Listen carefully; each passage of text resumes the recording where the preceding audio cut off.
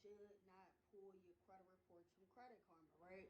Man, if I had $1 for every single time somebody said, Credit Karma, Credit Karma, Credit Karma, right? Now, listen, I'm not knocking Credit Karma, but what I'm saying is that Credit Karma gives you like a quick snapshot, right?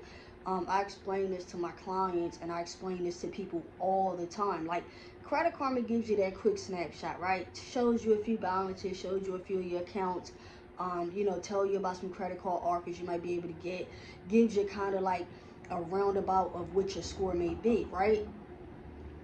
However, Credit Karma does not give you what I like to call the meat and the potatoes. Credit Karma does not give you all of the details that you would see on the actual credit monitoring site when you pull your credit reports like TransUnion, Equifax, and Experian. Now, you could pull them individually, right?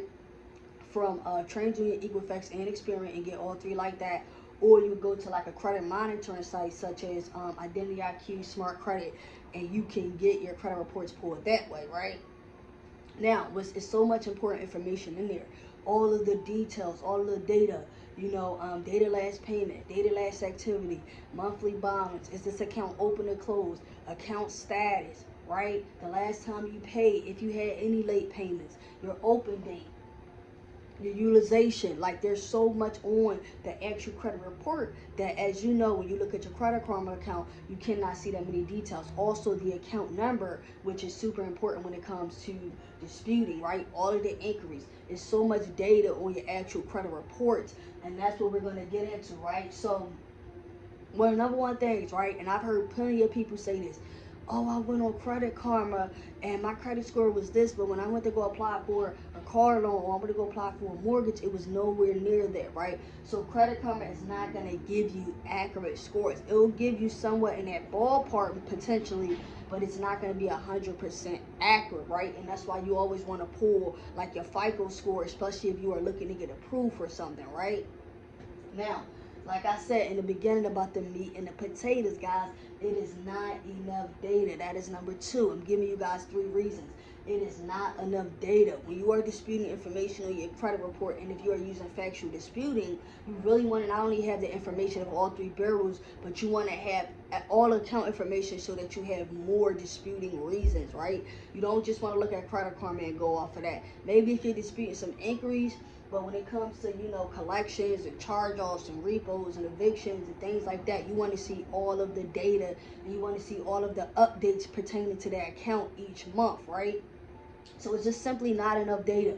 You want to get your credit reports. You can get them for free once a year, annualcreditreport.com. And I understand that that's why some people use Credit Karma. It's free. So you can get your credit reports once a year, annualcreditreport.com, and then you will have to pay for a credit monitoring site, typically about $30 a month, right?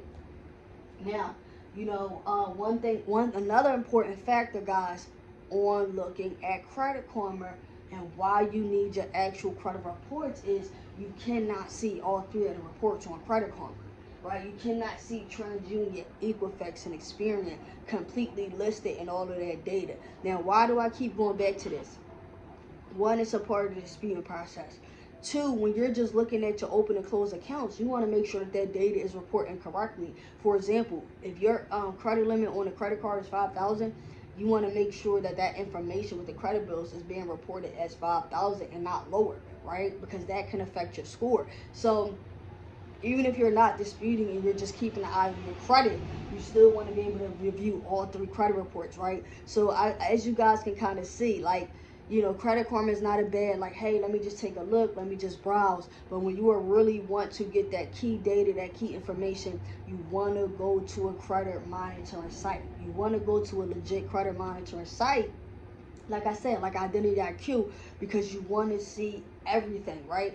I don't want to just see a little bit. I don't want to just see a screenshot, especially if it needs some work. I need to see everything. I need to see the meat, the potatoes, and Credit Karma is just not going to do it for you. Now, if you do go on Credit Karma, you start to see collection and things like that, okay, it's giving you an idea of what you're going to see when you order your actual reports. But those are the reports you want to see. You want to see your TransUnion, you want to see your Equifax, you want to see Experian report, And it's worth paying for the credit monitoring, because not only can it give you a peace of mind, but you're just up to date, you know what's going on, you're on point, and it's super important, right? So always go to the most accurate credit reporting site when you want to get any help, or when you want to just look at your credit. Always go to accurate sites, because you don't want to be misled in the wrong direction when you are on the way to getting that approval, man. So I'm telling y'all, order your credit report. You can get them for free, annualcreditreport.com. You know, check out Credit Karma, but really don't pull them from there if you're starting a disputing process. I hope this information helped you guys. You know, happy Thursday, and visit the website preciouscredit.net. The ebook is 700 Credit Club on smashwords.com. Peace out.